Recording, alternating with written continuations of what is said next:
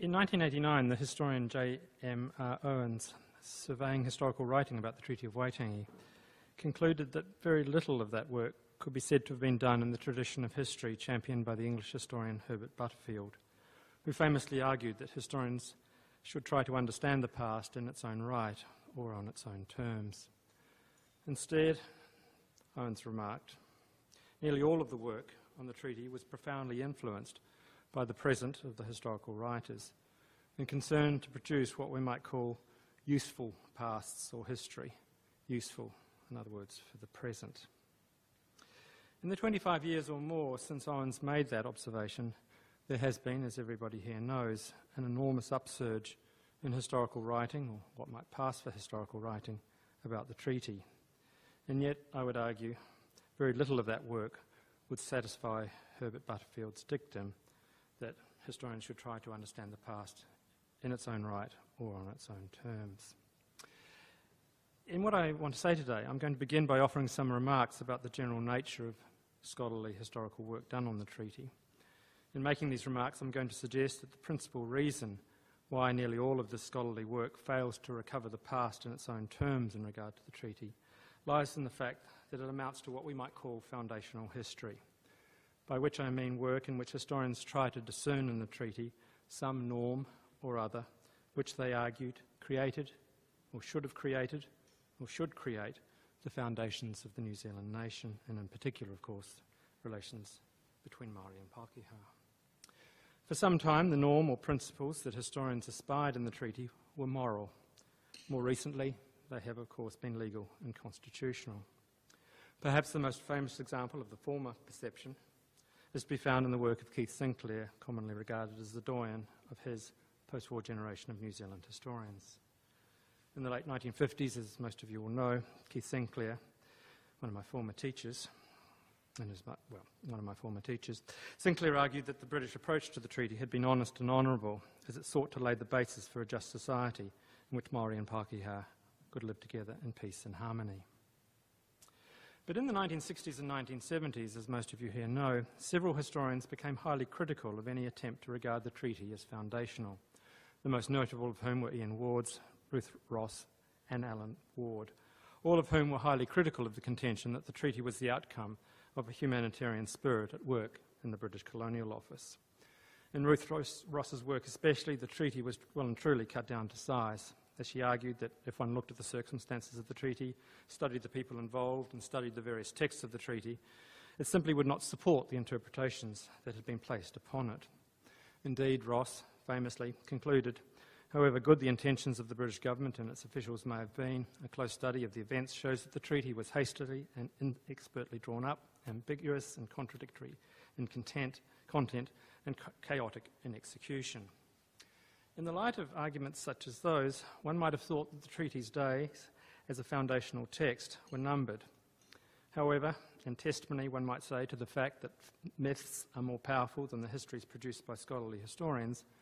the standing of the treaty was, of course, about to begin a spectacular recovery, largely as a result, one might argue, of Māori making contemporary claims to land they had lost, and the New Zealand state believing it had to respond to these. At any rate, the treaty became not just one of the founding myths of the New Zealand nation, but arguably the founding myth of the nation. We can call this new myth, this new foundational history, which was formulated from the early to the mid-1980s, the tale of true treaties. As I assume everybody here knows, the story basically went like this. The treaty comprised of two texts, one in English, one in Māori, and that they differed radically from one another in at least one important respect. That in the English text, Māori chiefs conceded to the British Crown all the rights and powers of sovereignty they possessed, but that in the Māori text, by contrast, they merely granted the British Crown the right of government over the land, which is to say they ceded an authority considerably less than that of sovereignty. The tale of two treaties, we might say, swept through the country, simultaneously unsettling the historical and constitutional foundations of the nation and resettling them on a basis that was both old and new. Legal tribunals, such as the Treaty of Waitangi Tribunal, played a primary role in articulating this tale of two treaties, but scholarly historians were not far behind. The crucial work in this regard, we might argue, was Claudia Orange's 1987 book, The Treaty of Waitangi. In that book, Claudia Orange suggested that a new foundation for New Zealand could be found in a story that placed the beginnings of the New Zealand state in a contract, namely the Treaty of Waitangi. She called on the New Zealand state to account for its breaches of the treaty, and she urged it to redeem itself by honouring this agreement. The tale of the two treaties, we might say, was articulated further in the 1990s by academic historians, no more cogently than by Judith Binney and Jamie Bellach. At the same time as the tale of the two treaties emerged, the work of a new generation of legal scholars similarly surged to reforge the treaty as the nation's foundational text. Those such as Paul McHugh, drawing on changing interpretations of international law and important legal decisions in other settler state jurisdictions such as Canada, increasingly attacked the New Zealand legal orthodoxy that the treaty had no standing in law, contended that the British government had a long tradition of making treaties in which it recognised the status of Indigenous peoples and their rights, and that these were deemed cognizable in colonial law, and drew attention to recent legal judgments that assenting parties to treaties were required to pay attention to the Indigenous language texts and to promises the British Crown made in them. This is not to say that there was no scholarly work that might be said to have challenged the new foundational history of the treaty. Indeed, one might argue that that new foundational history was assaulted from three directions. First, Andrew Sharp and Bill Oliver in 1997 and 2001 respectively, as many of you know, damned the history compelled by the Treaty of Waitangi Tribunal as juridical history, which Andrew Sharp at least suggested might look like history, but wasn't really history. Second, there were scholars such as the historian Keith Sorensen, again one of my former teachers, who in 1991 drew into question the proposition that the treaty was somehow peculiar to New Zealand by pointing out that the treaty was an expression of an old colonial policy that had been applied in various parts of the British Empire. Third, in 2005, Michael Belgrave, in his superb Historical Frictions, Maori Claims and Reinvented Histories, convincingly showed, at least to my mind, that the treaty had been understood very differently at different points over time, argued persuasively that the treaty that was signed in 1840 was not understood by those principally responsible for it as a treaty of rights, but a treaty of relationships, and, drawing in part on the work of the linguist Lindsay Head, challenged the tale of the two treaties, most of all by querying whether the two texts, the one in English and the one in English, were actually all that different, and by suggesting that the way in which Maori signatories understood the treaty in 1840 was actually very similar to the understanding of it that the British figures who drafted and translated it had. Yet, I would suggest that in the case of Keith Sorensen and Michael Belgrave at least, their challenge to the new foundational history of the treaty was blunted. In Sorensen's case, by his insistence on the uniqueness of the treaty by dint of its Maori text, in Belgrave's case, in his emphasis on the historical importance of what he called the meanings of the original treaty, that is, of 1840, as compared to the meanings that the treaty had acquired since. A more thoroughgoing challenge to the new foundational history of the treaty awaited, paradoxically, some might say, the work of several legal historians who sought to downplay the role of the law in any normative sense in regard to the treaty. The legal historians I most have in mind here are Stuart Banner and Mark Hickford. In Banner's case, in his 2007 book, Possessing the Pacific, he brought into question the role of any normative factors in the acquisition of land by doing two things. First, Banner demonstrated that the methods by which land was acquired in what became Anglophone settler colonies was remarkably diverse. Second, Banner argued that those methods were dictated by conditions on the colonial peripheries rather than by policy decisions made at the imperial centres, and most especially that it was dictated by the force of local practices that grew up out of the history of relations between Indigenous peoples and English-speaking newcomers. For his part, Mark Hickford has argued, most recently in his 2011 book, Lords of the Land,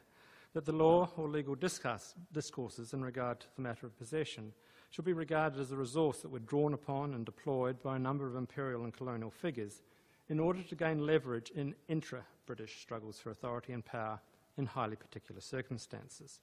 Hickford argues further, as many of you know, that this contestation occurred primarily in political rather than legal contexts, and that the impact of any legal concepts regarding property and or sovereignty was determined largely by the contingent needs of imperial and colonial government. More specifically, Hickford pointed out that the Colonial Office found it useful to refuse to define what native title was. Building in part on Banner and Hickford's work, I want to now consider what an attempt to adopt a truly historical approach to the treaty might entail, and then give an example of what might result from an attempt to, in my terms, properly historicise the treaty. The first point I want to make here concerns historical perspective. By historical perspective here, I mean viewing things in the past in terms of their relative historical importance, or what we might call their true relation to the past. Historical perspective, in this sense of the term, involves the historian standing back and distancing him or herself from an intensely national, if not nationalist, discussion about the Treaty of Waitangi. This, I suggest, can enable us to realise that the importance or significance that New Zealand historians have attributed to the treaty is actually, I have to say, somewhat ridiculous, even absurd. This is so, I think, because historical perspective allows us to recognise that the treaty was but one event among many that occurred in the course of the 1840s and beyond, that it happened in a particular moment or point in time, and that its import either quickly receded among all parties for the best part of the following 2 decades, or that parts of it were interpreted anew, at least in Britain, a few years after its signing, for reasons that are, to say the least, rather mundane. I would also suggest that we are better able to grasp the treaty's relative historical significance, or insignificance, if we adopt the method of comparative history. As one of the earliest champions of comparative history, the great French historian Marc Bloch observed, unless we do comparative history, the historian risks attributing an exaggerated explanatory value to certain facts which are in reality of mediocre importance. One example here must suffice to demonstrate this point. The Treaty of Waitangi, as I think many of us now recognise, was but one of hundreds of such treaties that were made in the 18th and 19th century, and its content is remarkably similar to some that the British did elsewhere.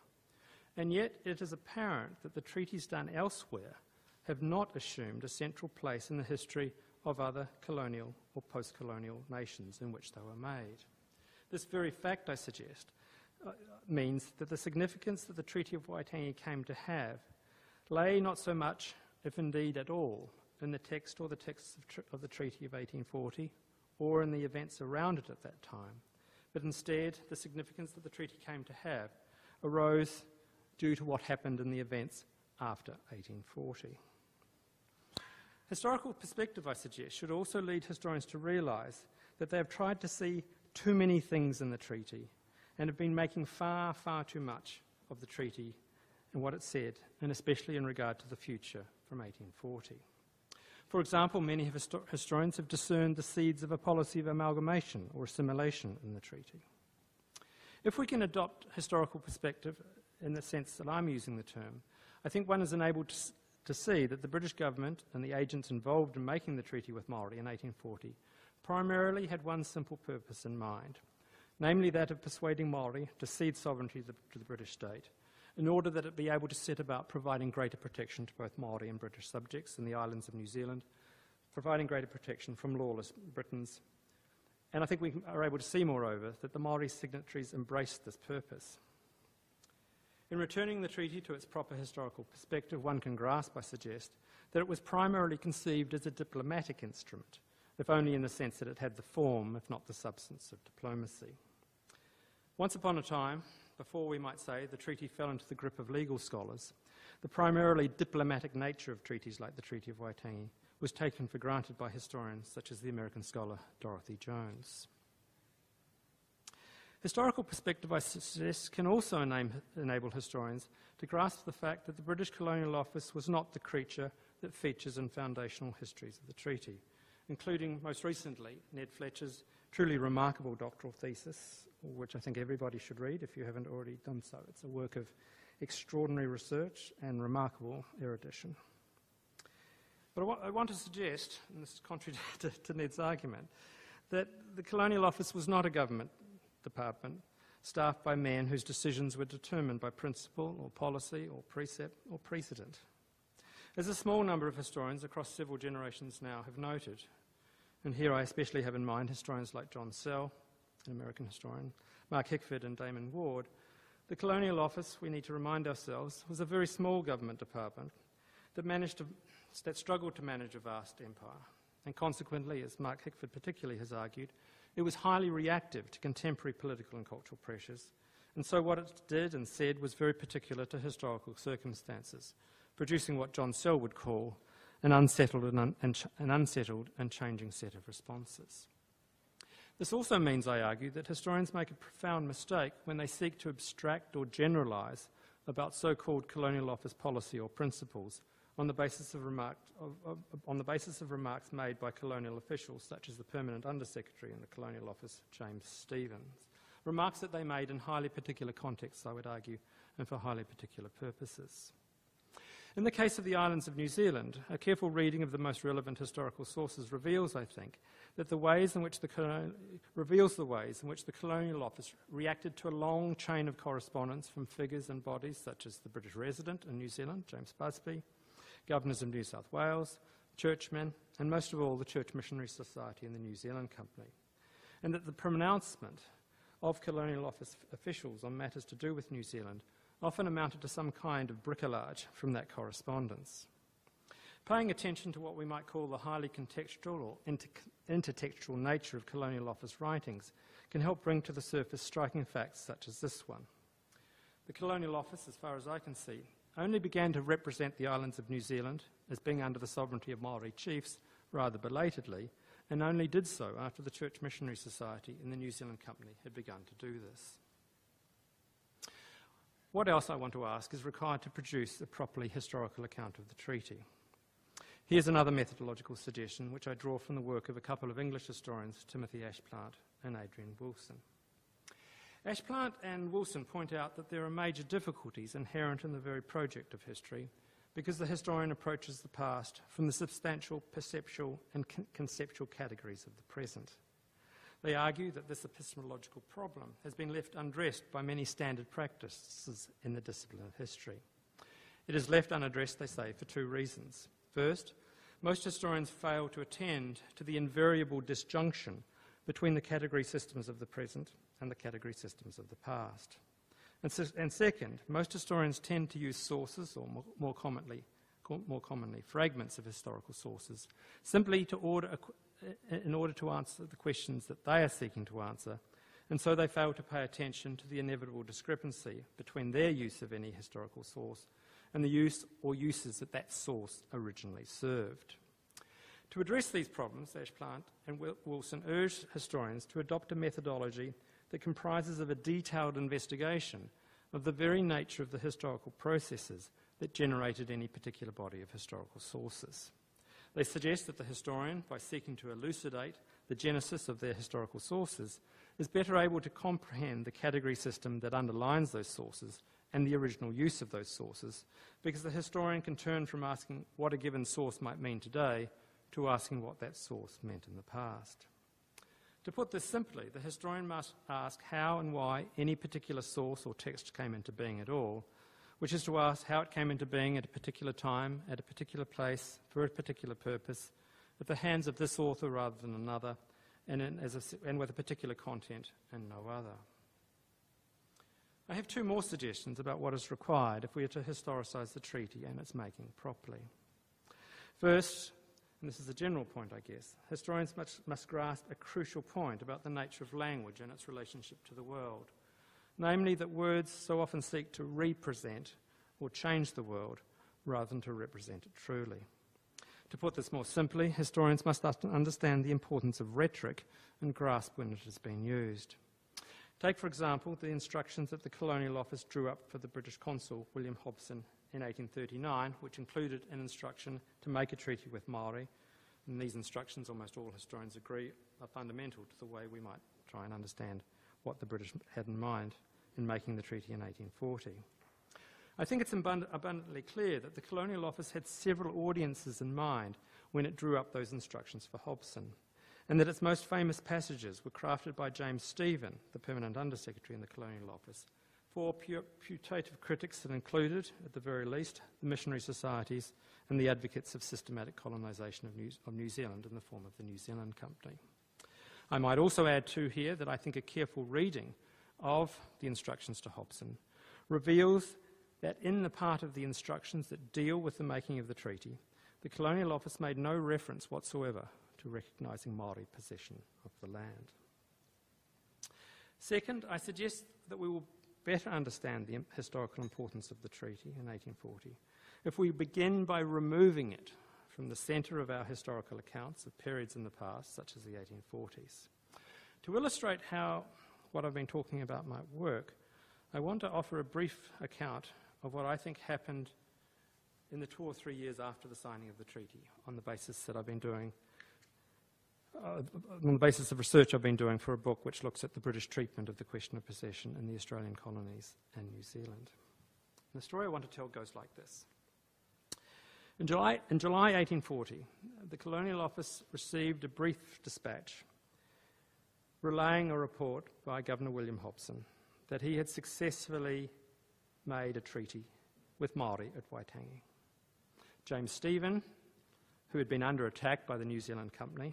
for the Colonial Office's treatment of the matter of sovereignty in regard to New Zealand, seized upon this news as an endorsement of the stance that the Colonial Office had adopted in this matter. Stephen scribbled,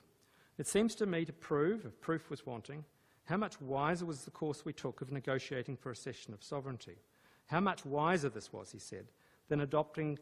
Cook's claiming of possession on the grounds of discovery, or relying on the language of Vattel." I want you to note here that this remark of Stephen's pertains to the matter of sovereignty and to the matter of sovereignty alone. He doesn't discuss any other aspect of the treaty when he gets this news, and as I've just said, he really deploys the news in a way to say, well, you know, to use this in a political battle that the Colonial Office is having with the New Zealand Company. Moreover, I want to suggest that there is no evidence to suggest that the Colonial Office's officers examined closely the texts of the treaty they received, let alone pondered the meaning of its articles, and, as far as I'm aware, they made no further reference to the treaty for some time. Furthermore, in November 1840, the Colonial Office made an agreement with the New Zealand Company that seems to have been premised on an assumption that the Imperial Government would determine what lands had been rightfully purchased from Māori, thereby disregarding the fact that it had previously decided that all purchases of land made prior to the cession of British sovereignty were to be subject to investigation by a Land Claims Commission based in New Zealand. In doing this, it appears that the so-called guarantee of Māori possession in the first clause of the second article of the treaty did not figure in the Colonial Office's considerations, which is to say that it made an agreement with the New Zealand Company regardless of the treaty. I should add that I think the absence of any reference to the treaty while the Colonial Office negotiates that agreement with the New Zealand Company should be regarded as unremarkable, because I'm suggesting that the Colonial Office at this stage did not consider the treaty to be pertinent to any arrangements concerning land. Let me continue this account by moving across the world to New Zealand and some 18 months later, April 1842. William Bain arrives here in Wellington to begin his work as a Land Claims Commissioner. Hobson, as the Governor, calls on Spain to investigate more than 100 claims to land by British claimants on the basis of their purchase of land from Māori, the most important of which claims were the claims of the New Zealand Company. Why did Hobson direct him to do this? Hobson recognised that the provisions of the agreement that I've talked about a moment ago, the provisions of the agreement that was made between the Colonial Office and the New Zealand Company in November 1840, overrode the terms of the Land Claims Commission, inasmuch as the company had been guaranteed a title to land in many of the areas it claimed to purchase. But Hobson held that that guarantee was conditional upon the company proving that it had in fact extinguished native title. It appears that William Bain was of the same mind as Hobson. In June 1842, he reasoned as follows: if it had been intended by Her Majesty's Government at once to admit the New Zealand Company's claim, New Zealand Company's title to be good and the native one extinct, then surely instructions would have been sent to Hobson to exempt the company from the operation of the Land Claims Commission and to make them a grant of land without further inquiry. Spain was quite unable to believe that the Imperial Government could have possibly intended to exempt New Zealand claims from his investigation. This was so, he said, because that would be totally inconsistent and irreconcilable with the profession made that Her Majesty would afford equal protection to all her subjects, whether native or European. Having formed that opinion, William Bain, being the methodical man that he was, painstakingly scoured official papers and correspondence to find support for his opinion. Heading the numerous pieces of evidence that Spain adduced was the first clause of the second treaty the first clause of the second article of the treaty, since he argued that the Secretary of State for the Colonies, Lord John Russell, had approved a treaty guaranteeing to the natives all their lands. This, as I indicated a moment ago, is, I regard, an unconvincing argument. Sometime later, in September 1843, Spain, in presenting a report about his work to the incoming Governor of New Zealand, returned to this matter. Once more, he speculated about what the imperial government must have had in mind as it made an agreement with the company. But this time he made no specific reference to any particular clause in the treaty, saying instead, "It appears to me that a consent on the part of the imperial government to grant the New Zealand Company the land without obliging it to prove the extinction of native title would have been a direct contravention of and an utter opposition to the spirit of the Treaty of Waitangi." What happened next?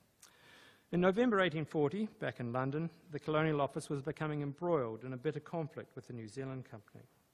At the time, the Secretary of State for the Colonies, Lord Stanley, and there's a sort of revolving number of Secretaries of State for the colonies, Lord Stanley raised the stakes in this conflict by choosing to play what we might call the trump card of rights. And in doing so, he invoked the first clause of the second article of the treaty, saying, if such an interpretation of the November 1840 agreement between the government and the New Zealand Company could be shown to be a true one, I nonetheless consider it impossible to maintain that the right of the natives of New Zealand to the soil, which has been recognised as indisputable by Her Majesty's government in its instructions to Hobson, could be thereby affected, or that the Crown either intended to deprive Maori, or did in fact deprive Maori, of the full, exclusive and undisturbed possession of their lands and states, which had been confirmed and guaranteed to them by the Treaty of Waitangi. This, I suggest, was the first time that the Colonial Office had ever chosen to make reference to this clause in the treaty, or even had betrayed a knowledge that the treaty had a clause that might contain such a meaning. Why, I ask, did Stanley do so now? Especially given that the more obvious source of authority for the position that he, Hobson and Spain were adopting in respect of the company's claims was not the treaty, but the Land Claims Commission that the Imperial Government had created in order to investigate all claims to title by British subjects on the basis of purchase from land prior to the British proclamation of sovereignty.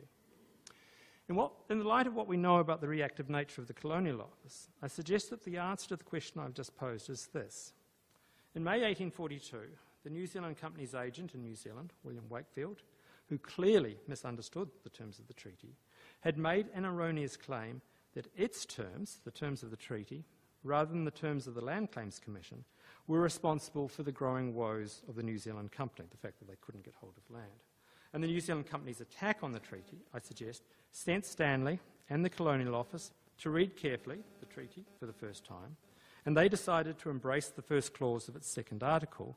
which, as I said before, the Colonial Office had never sought to insert in the treaty, and whose presence in the treaty they had never even previously registered, in order that they might discipline the company and its directors that Stanley had come to hate with a vengeance. Here in the story I've just told, I think, is evidence that the treaty came to be regarded as important, if only for a time, for reasons that are clearly heterogeneous, complex, mundane, one might even say base, and which lack overall coherence and consistency. A final remark. As I trust will be evident in what I've been saying, I'm sceptical that practicing history according to the rules and conventions of the discipline can readily lead to good public outcomes. In fact, I suspect the opposite is true, since good history, in the terms of I've been discussing, serves to recover pasts that are strikingly different in nature to those of the times of the present, and troublingly ambiguous, and so extraordinarily resistant to being useful or usable in the present. But I suggest that this is the virtue of the practice of history according to its conventions and rules. Any good history, I suggest, should produce something that we find richly strange, since it is that strangeness that can provide us with alternative ways of seeing and understanding our present.